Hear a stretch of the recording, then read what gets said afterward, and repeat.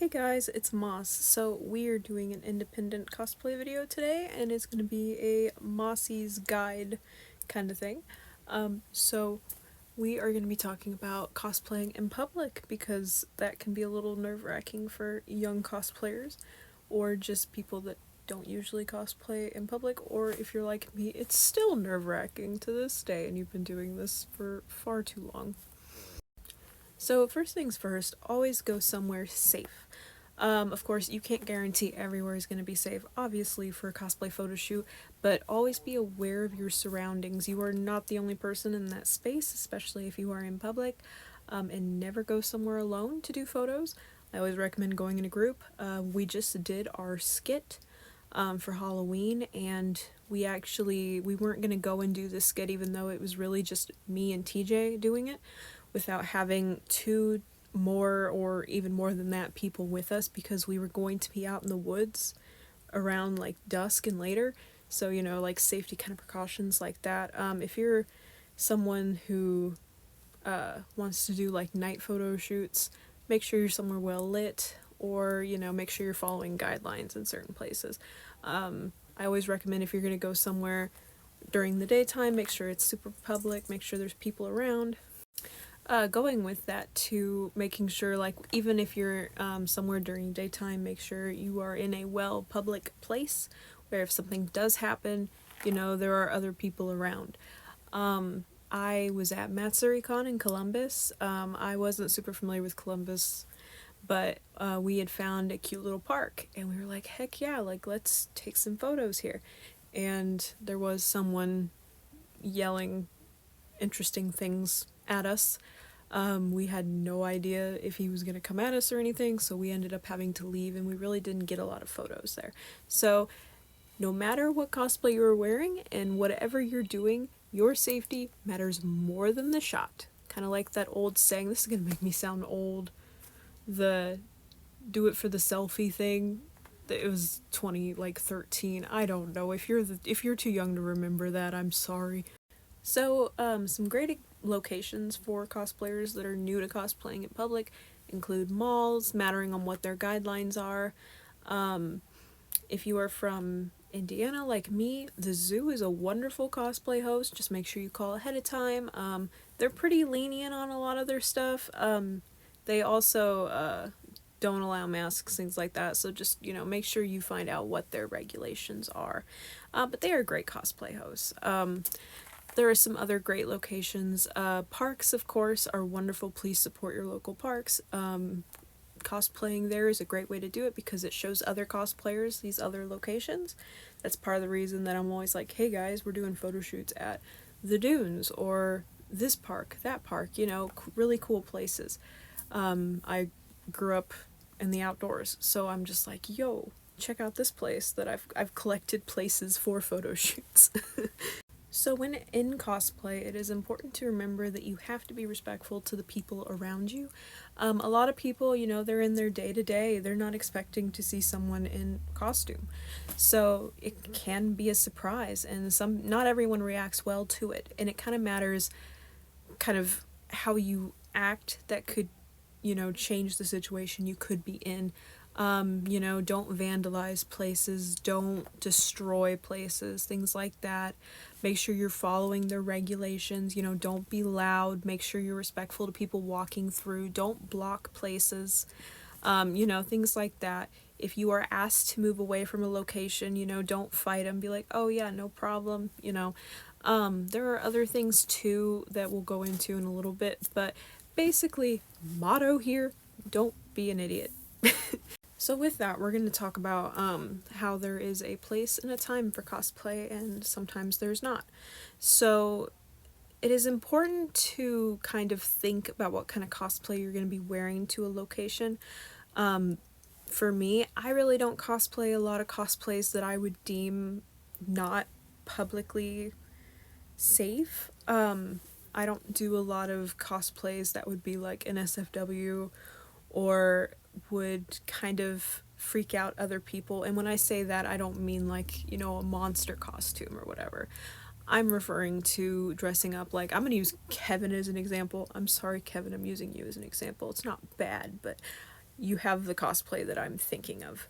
So for instance, let's use, if you've seen Uncle Chaos cosplay, he has an MCR Ranger that he's made. That cosplay is super fun, but there are safety requirements in place for a cosplay like that requires weapon props if you use those. I even have weapon props that I'll use for certain cosplays, but anytime I go to a public place outside of a con, I always make sure I ask the regulations first. I will stop by, like if I'm at a park, I will stop off and say, hey, I'm a cosplayer, I'm going to be doing some photos, I have a prop weapon, can I use it? If not, that is fine. We even have vests that we carry for people that help out with our stuff, that wear them, that say film crew. Just stuff like that, safety precautions. That also helps too if someone looks at us and goes, what the heck are they doing? Well, and with the weapons that we use in cosplay, our weapons are always done correctly to how a prop weapon should be handled. It is great if you want your cosplay props to look very specific to the character, but I always tell people, do not change the color of the orange tip of your weapon. That dictates whether it looks like a prop or not. Orange on the tip of your weapon is usually an indicator that, oh, it's not real. Of course, that doesn't always apply, but I always recommend that. And if you're using like a Nerf gun, make sure it can't shoot. Even though it's a Nerf gun, it's still a shootable weapon. So you have to go through, I usually clog mine with hot glue and fill it with foam and whatever else to make sure that it is safe for using. Yeah, so there is a time and a place for cosplay. Certain cosplays that have gore, like blood and whatever else, I wouldn't wear those in a public setting. Like, I'm going to use a mall as an example. I wouldn't do that just because someone may see that and freak out, or you could cause issues. I have seen people escorted out for that type of thing. A lot of cosplays, if there is a convention in town, it makes a little more sense, and a lot of places are prepared for that. But yeah, so that was a long thing, but that's really what I mean. And it makes me sound like a stickler, but these are precautions that I have found that work, and that I recommend for other people, because safety first. So those are my safety rules. To me, it's super important to kind of look at those before you cosplay in public. I say these things because I have been in this scene since I was probably 12, and I am 24 now. I have many years. I am a veteran. I have been cosplaying in public as long as I've been cosplaying, and I have learned from my own mistakes. I have learned from other people's mistakes that I have seen. And, time makes you a little wiser. So I want other people to be safe if they don't think about these things, and that's really part of the reason I wanted to make this video.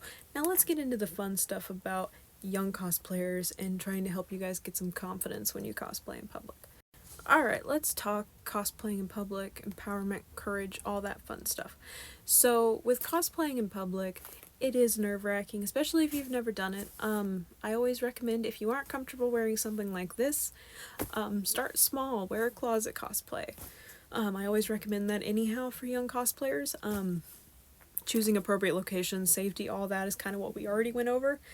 I also recommend, if you have cosplay friends that are used to doing this, go with them. That kind of helps when you have someone else that kind of knows what they're doing. My cosplay group, we always kind of adopt younger cosplayers or people getting into cosplay into our little group, and we kind of just be like, here, put a wig on, we're going to teach you our ways. So, it's always great to have people that can empower you. I have plenty of those.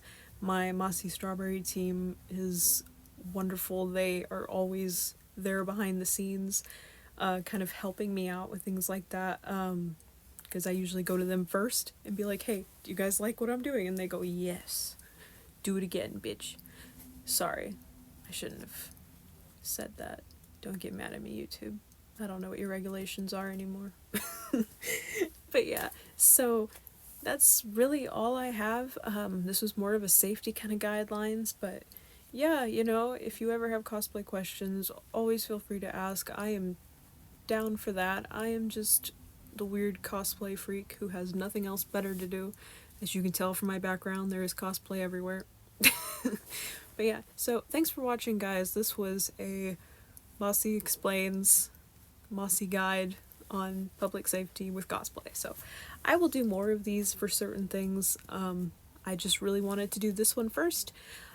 More incoming. You will see another convention vlog, hopefully in February, March, whenever it is. Hopefully this one will be competing, that or Zhao. We have cosplay projects. It is kind of our off season, so we're not going to have a lot of vlogs, but I will probably be doing more of these. So, I don't know what that was. Well, thanks for watching, and as always, check out my other stuff for photo shoots, things like that, if you aren't familiar with me. Bye!